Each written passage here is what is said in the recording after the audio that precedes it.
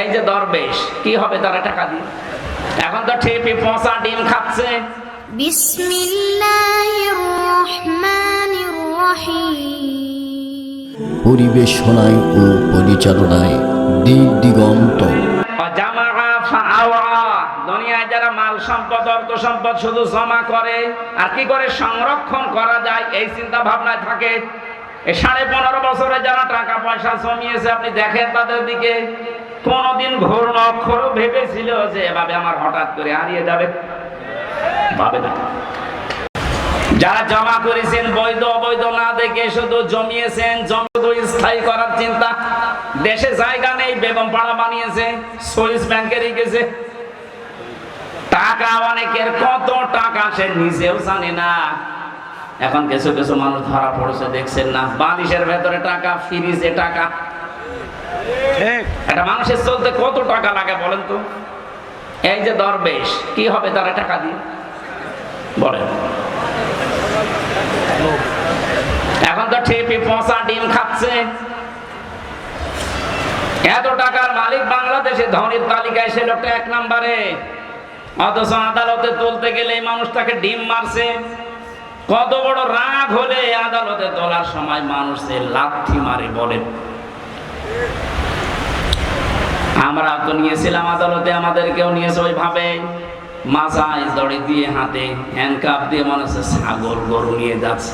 কিন্তু হ্যাঁ, আমি দেখেছি যে অফিসার গুলো আদালতে তোলার সময় আসতো, এই প্রশাসনের এই মানুষগুলো চোখের দিকে তাকিয়ে দেখেছে, ওরা মনে মনে কাঁদতেছে। ওদের শুধু উপরের নির্দেশ আর হাত বাঁধা ছিল, এই জন্য কিছু করতে পারে নাই। নাম নিতে এখন আর বাধা নেই।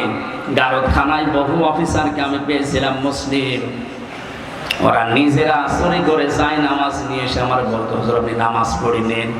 নিজেদের হালাল টাকা, অবৈধ টাকা না, জানে যে অবৈধ টাকা দিলে খেতে যাবে না। নিজেদের বেতনের টাকাগুলো দিয়ে গরিব মানুষ টাকায় বেতন পায়, ওখান থেকে একটা ছোট্ট রুটি, ছোট্ট পাউরুটি এনে বলতো সারাদিন কিছু খাননি খান।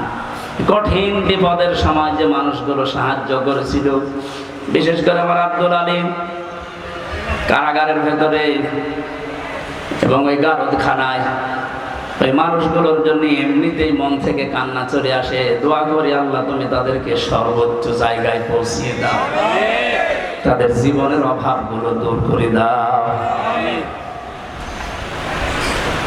যে চরিত্র দুইটার কথা বললাম আছে বাংলাদেশে, আপনি মিলান। যাদেরকে সত্যের পথে টাকা হলে অ্যাবাউট টান করে চলে যায়, আর যারা শুধু সম্পদ জমা করে আর হিসাব নিকাশ করে যে কত হচ্ছে, এই চরিত্রের মানুষ দেশে আছে না নেই? এখানে বলেন। এই মানুষগুলো আমরা দাঁড়াবো আল্লাহর সামনে। আমি তো বললাম আমার 16 দিনের হিসাব এখনো ঠিক হয়নি, আর আপনার 16 বছরের হিসাব কি করে ঠিক করে রেখেছেন? এইটার হিসাব আসলে মানুষের জীবন পাল্টানো সহজ। ওই যে মক্কার লোকগুলো যারা মানুষ খুন করতো, জেনা করতো, মানুষের সম্পদ ছিনতাই করতো, ওদেরকে যখন নবীজি এই ভয়টা তৈরি করেছিলেন যে জবাব কিন্তু দেওয়া লাগবে, এই মানুষগুলো এতে পরিবর্তন হয়ে গেছে। যারা নারীর ইজ্জতের জম ছিল, তারা নারীর ইজ্জতের পাহারাদার হয়ে গেছে। আমরা এই দেশে এইটাই করতে চাই, কিন্তু এটা করার জন্য যেটা লাগবে তার নাম কোরআন। এটা বাদ দিয়ে মানুষের চরিত্র সংশোধন করা সম্ভব না। এইটাই আমরা চাচ্ছি। মানুষগুলো যারা চিন্তায় করে, রাহাজানি করে, যারা সেনা করে, মদ খায়, এই মানুষগুলোর ভেতরে জবাব দেওয়া লাগবে। এই টেন্ডেন্সি যদি আমরা এই সমস্ত অনুষ্ঠানগুলো করে করে ঢুকিয়ে দিতে পারি, যারা চিন্তায় করছে তারা এই সম্পদের পাহারাদার হবে ইনশাআল্লাহ। নবীদের যুগে যারা হয়েছিলেন তারাও তো মানুষ না ফেরেশতা? তারা যদি হতে পারে এই কোরআনের দ্বারা, আমরা পারবো না ইনশাআল্লাহ?